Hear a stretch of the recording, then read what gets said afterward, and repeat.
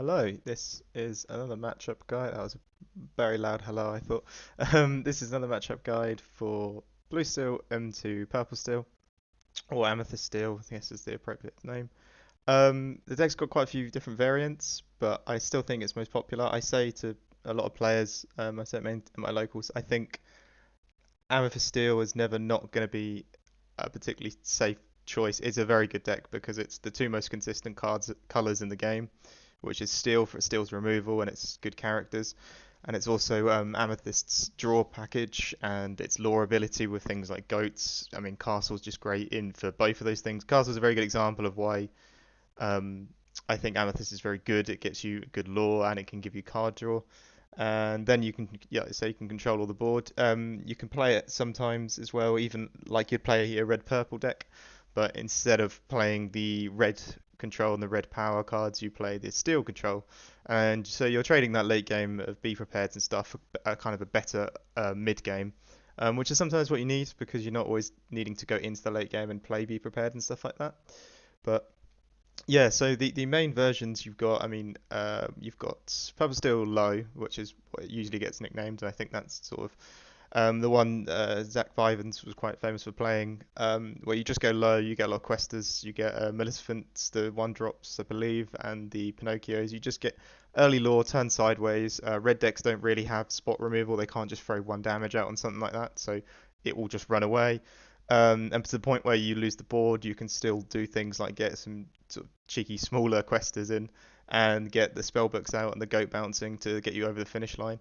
And then you've got sort of standard purple steel, which is, you go more to the mid range. You might play Smash, you play Robin Hood Shifts. You play more of the castles, and you'd play it like a steel deck. You play it quite mid range, and just win out on control. But you can still close the game out with the goats and Lucky Dime, the spellbook, castle, and all those ways of just getting you over the finish line.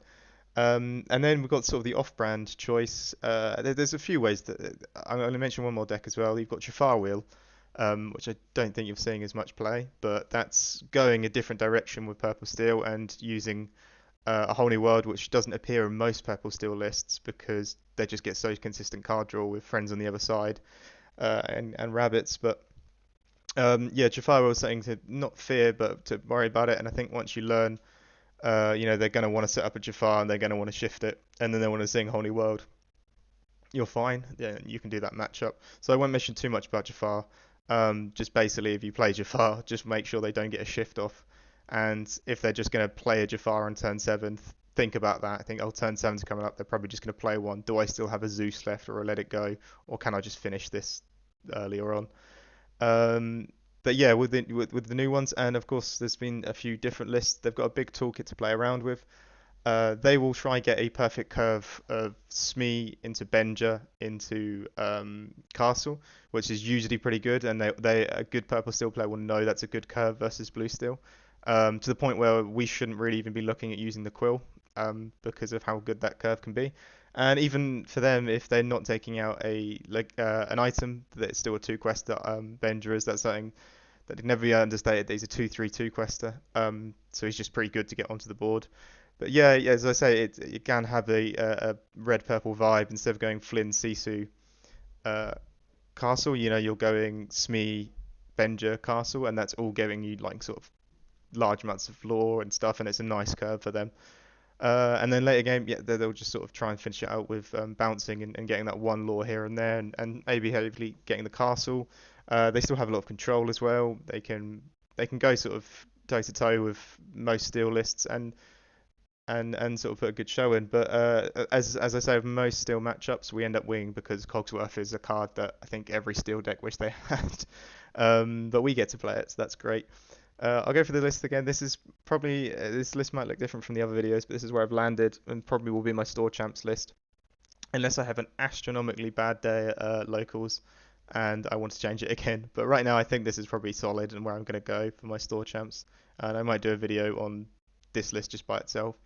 As we go for Argus, not meant for this matchup, but as I sort of mentioned before, um, they do play Tinkerbell purple still. So let's say Argus, I'm not trying to sell him for this matchup. I'm not trying to say go out and if you're playing into purple still, put an Argus in there. Um, But the only thing that would really take it out is a Tinkerbell on the board. They're likely not going to put a song into it or a smash or something like that. They might put a Baboom into it because that's an even trade. I don't see a lot of them playing Let the Storm Rage on, mainly because they just don't sing it perfectly well and it's an uninkable and they want to play other uninkables. So I'm not selling it for that. If you wanted to, if Purple Steel was really a sort of worry for you, a lot of Purple Steel players have mentioned that they fear Captain Hook. If you did Captain Hook, Smee, Mickey, Cogs, they'd fear that because you're sort of aggressing their aggression because they're going to want to do one, two, three, play a character each turn and just keep turning sideways. And you're like, hold on, I can play characters and they can trade or they can sort of fight. And then once you get a Cogsworth down, it's like they're not even trading, they're just taking them out and then sitting on the board. Smee's good because no matter what they play, you're like, okay, I can do something with the Smee. I can even be like, if you turn sideways on your Smee, I'll just run mine into yours, and then you're not getting two lore, and then we can go into our later game, which is just better than theirs because Purple still doesn't particularly have a late game. As I say, they'll try and finish it with goats and bounces, and most still have a spellbook in there as well because they just want to tap over the finish line after getting to about 14 or so lore. I think Mickey is better than Quill in this matchup because they'll just find a Benger. I've seen some lists play 4x Benger. I would opt to go for the Mickey, and he's just good to have on the board as well. He's probably not going to beat anything up unless it's a purple still low and they've got Maleficents or something like that. But as I say, it's good maths with your other cards. If you've got to grab your swords and a Mickey, you can now do 3 damage to something that's exerted. Tinkerbell, you can do 2. Baboom, you can hit and do two, and hit another one. So or you can just sort of put a damage on a castle, bring it down to 6 health. Next turn, hit it again, and then Zeus it. I'm just saying that there's maths you can do there. I'm not saying that's the way you want to deal with a castle, but I'm saying it's good to be like, hey, there's a body on the board now, and he might do something. Bell's not great, and this sort of goes into Dime not being our best win condition into this matchup just because of Benja and the likelihood of Dime just not sticking around for very long. If you could get a turn where you could tap the Dime for the turn, that's not bad. It's just paying it really costs 13 ink to play Bell and Dime and tap on that turn because that's gaining 5 lore.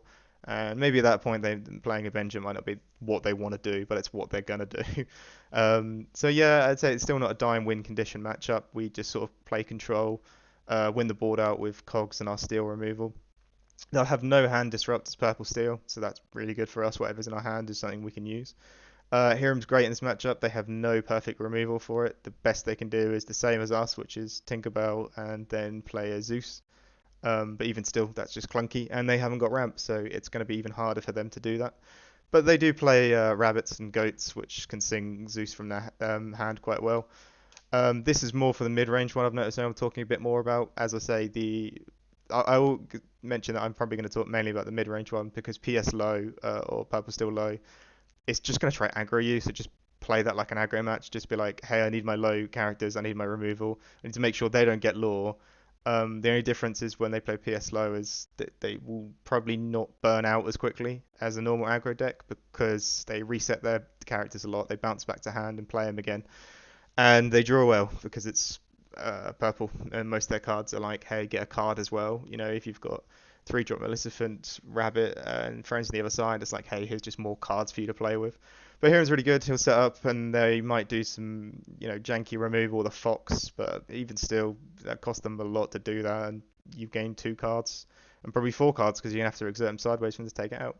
And you pair it with a Cogsworth, which I say in every steel matchup, Cogsworth is great, because they have no board wipe. Um, if they're going to tech some weird thing in, like uh, pick a fight, which they probably won't, you might see a Cinderella here and there, but if not, Cogsworth, once he's down, he's fine, and protecting your entire boards, that's great. This is another matchups where he's just another body on the board, because I don't think I'm going to see too much purple steel, but still. And say if they are spellbook damaging you, hey, they've gained about 4 lore from this, they shouldn't have done that because it's not that great an item.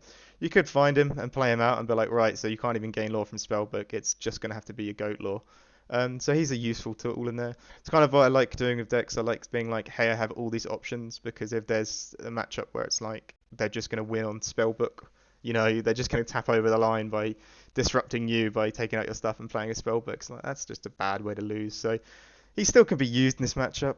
Ariel again, she's going to stick on board. The only out would probably be double grab your swords.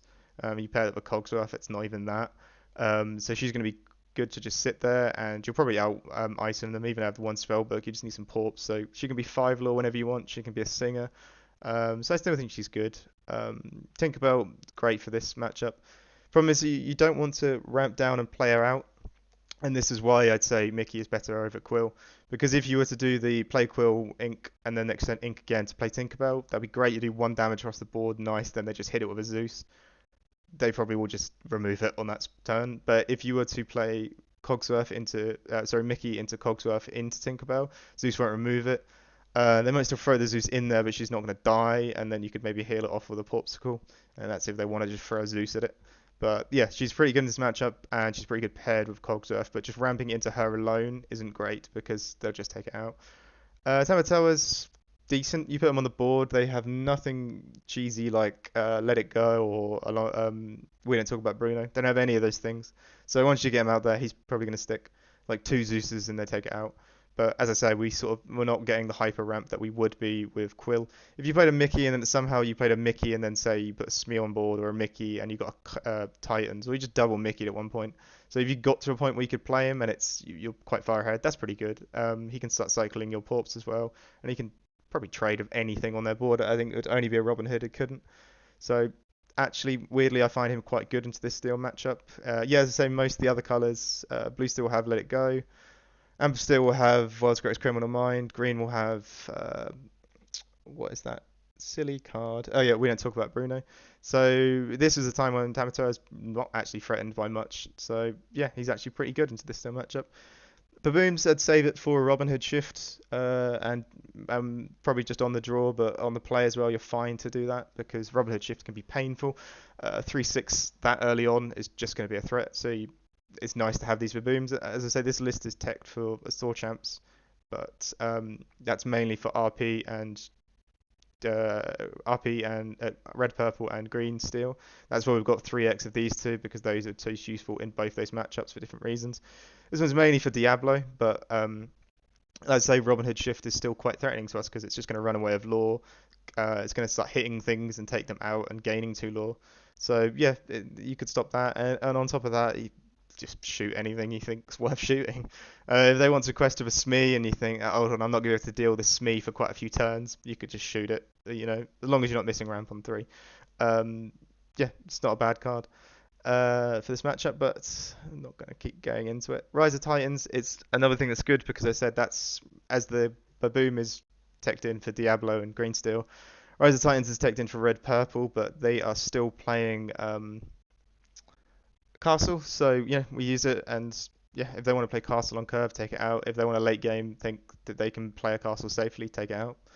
Along came Zeus, just removal, great. Paired with Let It Go, great. We wouldn't want them to get too much ink, and we're only playing one, but because you don't want to set them up for just doing some crazy bounces and stuff and getting card draw and uh, getting like lore game with rabbit as well. So there's probably not going to be any targets for it. But say if they've got like a thing that's got a quest for 2 and they win, you could use it.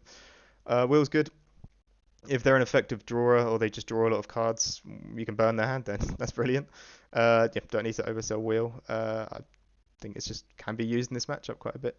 Grab your swords, great as well. You might get to a point where what you want to do is Smee, Mickey, Cogs, play grab your swords, Tinkerbell. If there's no castle threatening it, all of the power is on the board, you can do that, and then you can use these 2 to trade off what's left. So yeah, grab your swords is great. They will probably play some certain amount of grab your swords as well, or they might not do, but I'd be wary that they might have a grab your swords in their deck.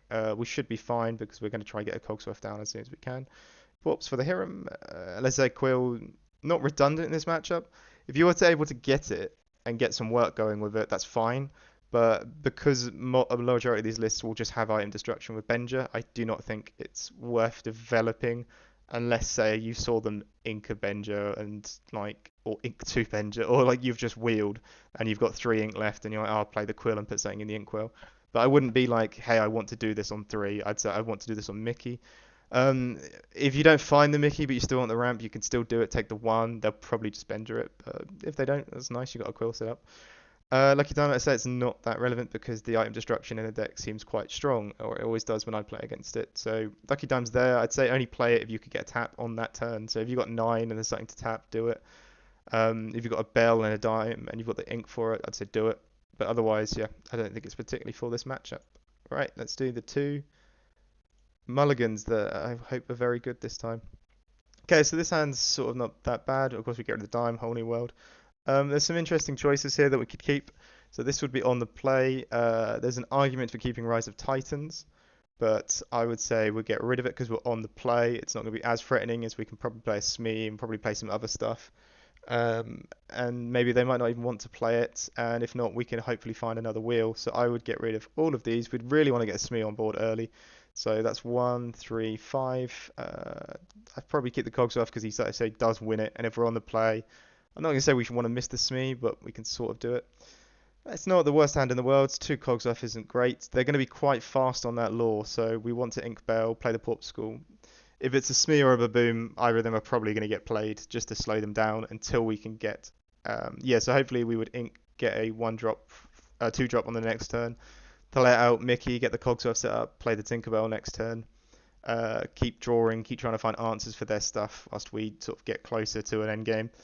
You can just stomp them out of the game as well, and you could be like, hey, Mickey's just going to quest for once every turn and just close in on that win as well. So I don't think this is a terrible hand. It might be a point where you want to ink one of the Cogsworth. I don't think two is great, but it's not like you need to do it like you do in Blue Steel or oh, just Blue Steel really. Or Blue Steel or Amber Steel. I'll throw that in as well. But they're still quite useful cards to have. One just might end up in the Inkwell if you're ink starved. On the draw, this is looking pretty nice, so we'd get rid of these cards, Popsicle, and then Baboon, whatever they play. Mickey, I'd actually argue probably keep the Harem there because we might not want to wheel this game because we're on the draw. But I think that's a pretty solid hand. Yeah, I think that's turned into quite a nice hand with Popsicle. Baboon, whatever they play. Mickey, set up the Cogsworth, Harem if we need to, or play whatever other cards we've drawn. But I'd say that's quite a winning hand versus Purple Steel on the draw, or I'm not going to be overconfident that it's a winning hand, but I think it's a good hand versus Purple Steel on the draw. But as I say, yeah, you've got 3 major versions, and then you've got loads of different variants on them versions. But you've got Purple Steel Low, which I don't see too much of, but it's sort of the aggro version. Just control them, burn them out, and then when you can start removing stuff and questing, do that.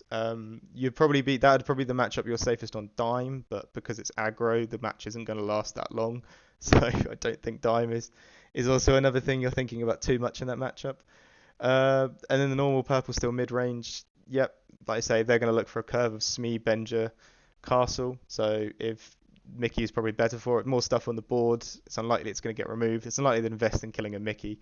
Cogsworth's going to stick. Smee is going to do work. If you can get Smee to survive until Cogsworth is down, that's really good. And Jafar, just watch for shifts. It's really usually that simple. Watch for shifts, and they'll probably play a Benger as well. But just keep watching for them. Keep turning sideways as much as you can. In that one, it might have to be closed out of a dime, but as I say, try if you are going to develop dime, do it on the turn that you can play and get value from it. Because at least if they bengered it, it wasn't just a turn where you paid 7 ink for nothing. It's a turn you paid 7 ink and got something else from it. So yeah, I think that's most of my comments on Purple Steel. But I think the matchup it deserves to be respected. I don't know feared. I don't know what the win percentage. I think if they're a bad Purple Steel player and they don't know what they're doing, they don't know the importance of Benger, it's going to be probably quite free for you. If they know what they're doing, they'll push you to the paces, and I'd say that's a yeah, good 50-50, maybe a bit more leaning our way just because of where Blue Steel was ranking on the old meta tier lists. But I'd say it's a matchup you really should respect if you sort of see it.